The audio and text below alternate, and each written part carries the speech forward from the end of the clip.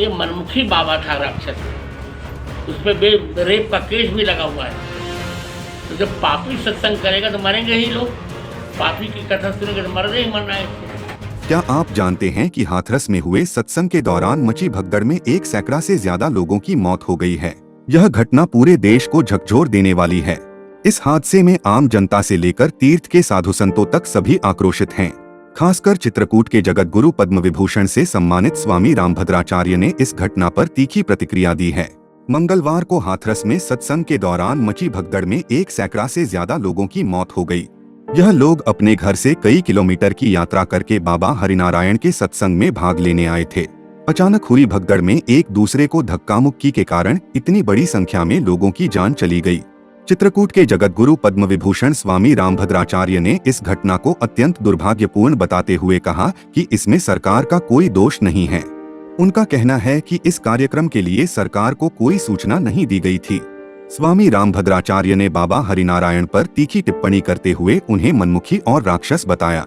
दुर्भाग्यपूर्ण घटना है, इसमें सरकार का दोष नहीं है, सरकार को सूचना नहीं दी और ये मनमुखी बाबा था राक्षस, उस पर रेप का केस भी लगा हुआ है। तो जब पापी सत्संग करेगा तो मरेंगे ही लोग, पापी की कथा सुनेंगे तो मरने ही मरना है इसको। किस प्रकार की कार्रवाई होनी चाहिए महाराज जी? उस पर भारतीय संहिता के अनुसार उचित दंड का विधान होना चाहिए और उसको आजीवन कारावास या तो फांसी होनी चाहिए। उसकी न कोई परंपरा है न कोई गुरु परंपरा है। वो स्वयं अपने को नारायण हरि बनाना चाह रहा था कि मैं साकार नारायण हूँ।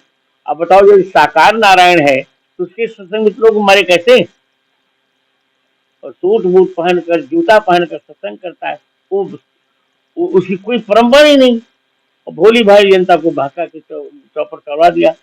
प्रशासन का कोई दोष है, प्रशासन को कोई सूचना दी गई, कोई सूचना प्रशासन को नहीं दी इन लोगों ने। अभी इसके लिए कठोर कार्रवाई करनी चाहिए सरकार को, प्रशासन को।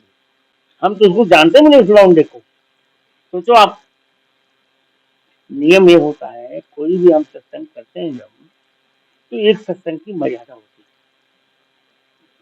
भद्र वेश होता है और व्यवस्था होती है। सूट बूट नहीं पहनना पड़ता, सरकार से अनुमति लेनी पड़ती है, सरकार को सूचना, कोई प्रशासन को इसे सूचना तक नहीं दी।